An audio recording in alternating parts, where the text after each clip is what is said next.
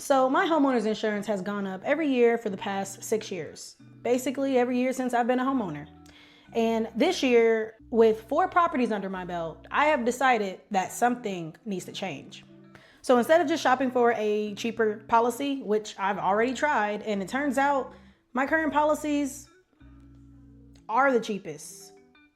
Kind of. Obviously, I'm not an insurance professional or an agent. I'm just a homeowner who's trying to figure this insurance thing out. Because eventually something's gotta give, right? So because I have 4 properties, that means that I am at risk of all 4 properties going up. Actually, all 4 have gone up, but one of them has only gone up by like less than $100 for the whole premium. And that's great. And that's fantastic. So that one is the least of my worries, but I have 3 more. And one of those is my personal residence. And that one has gone up the most. And that one also has the newest roof. Needless to say, this whole thing confused me. I've gone down a rabbit hole now trying to compare insurances, but because of my situation, I actually have 2 separate issues, or basically 2 separate types of policies. Number 1 is my primary residence. That's gonna be a traditional homeowner's insurance for any owner-occupied homeowner. Then I have a secondary type of policy. And those are specific for my rental properties, landlord insurance. So I have a lot of research to do to figure out how in the world can I get my policies down. My first thought was, let me just shop other insurance companies. That didn't work.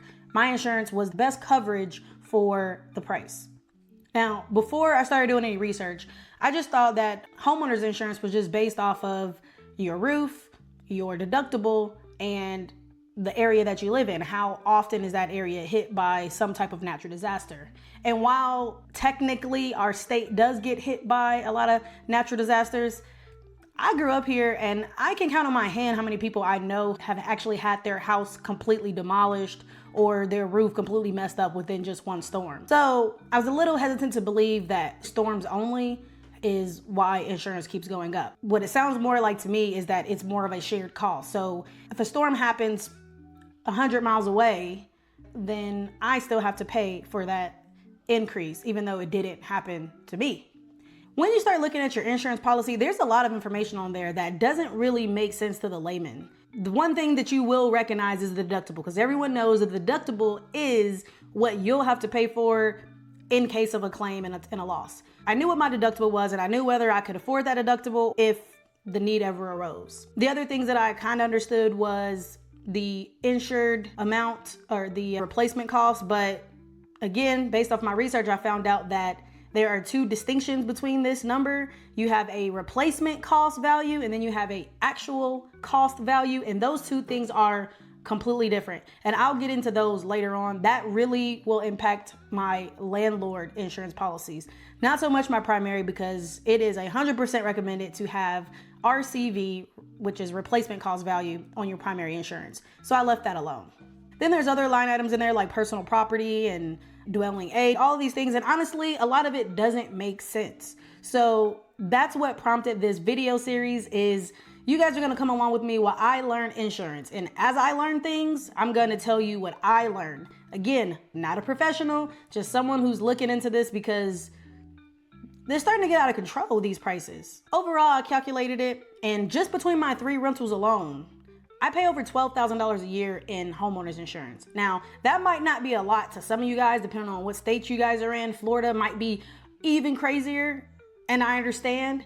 But for me, that's a whole heck of a lot. And that's not even including my personal resident. My goal is to figure out what, if anything, I can do to lower this cost. I'll jump back into the comparing cheaper insurances. So I always get quotes every year to see if there is any savings from any other company. I'm not loyal to any brand. Whomever has the best rate with the best coverage is who I'm going to go to. It just so happens that the company that I have been with for the last several years, though they have gone up, they are still cheaper, better coverage than others. So I'm kind of stuck. So really that led me to think, okay, well, if my insurance is the cheapest for the amount of coverage that I have, and I'm not willing to take on too much risk, then what can I do to lower my insurance?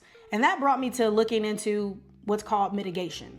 Apparently, the way insurance companies look at risk is they look at what claims are submitted the most and how much they cost. And those top claims are wind and hail, which is roof replacements, and water damage, which is a busted pipe or hot water tank or overflowing toilets, whatever the case is, water damage inside your home, that is the second leading cause of insurance claims. In order to mitigate those claims, you have to do a few things that fortify your house.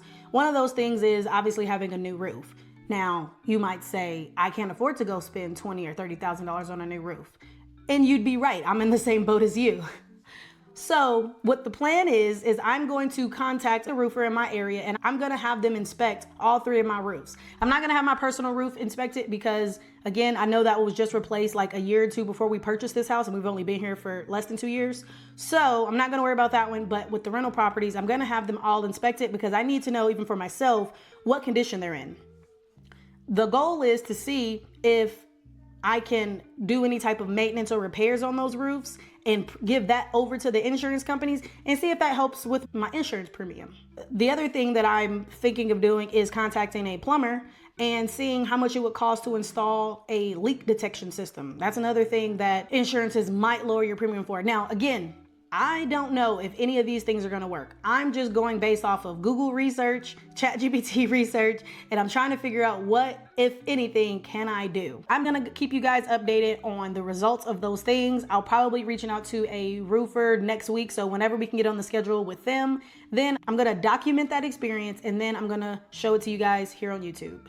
So if you like this type of content, go ahead and hit that like button. Subscribe if you want to see more content just like this. If you want to know if anything that I do, anything that I test actually works as far as lowering your home insurance, if that's a problem for you. So thanks so much for watching. And until then, I'll see you guys in the next one.